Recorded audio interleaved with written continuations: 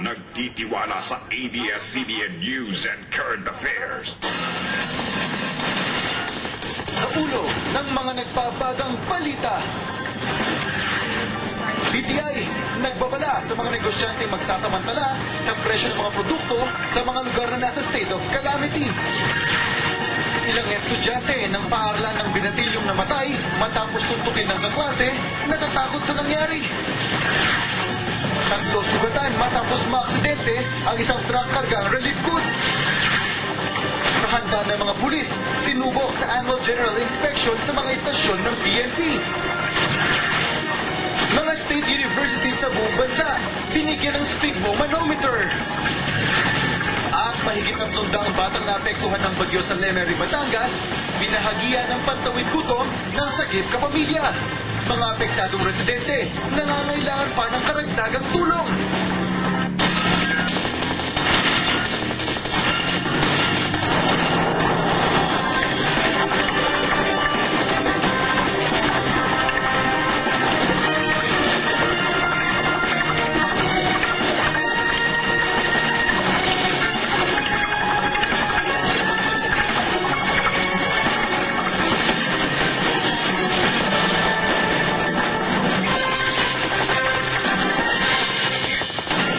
Live mula sa ABS-CBN News Center, Batangas. Ito ang TV Patrol Southern Tagalog. Magandang hapon, Southern Tagalog. Kami ang mga patron ng Pilipino. Nagbabalita at naglilingkod sa inyo sa Timog na Tagalugan.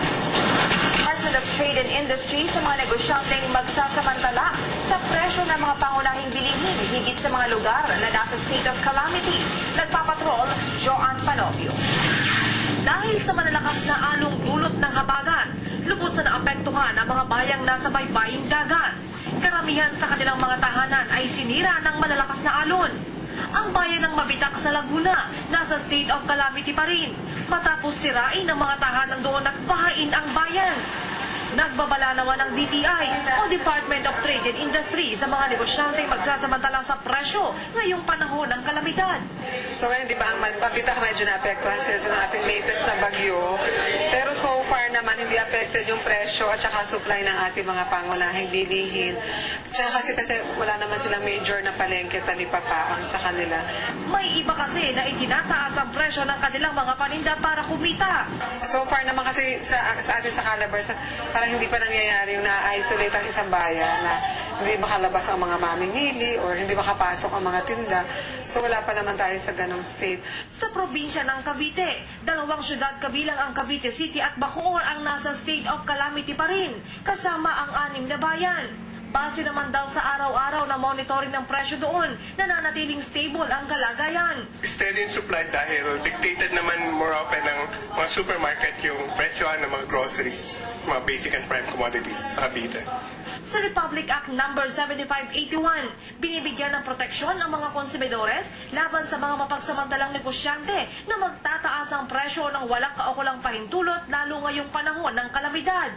Multa, pagkakakulong at pagpapasara ng tindahan naman ang maaaring parusa sa mga mapapatunayang nagsasamantala.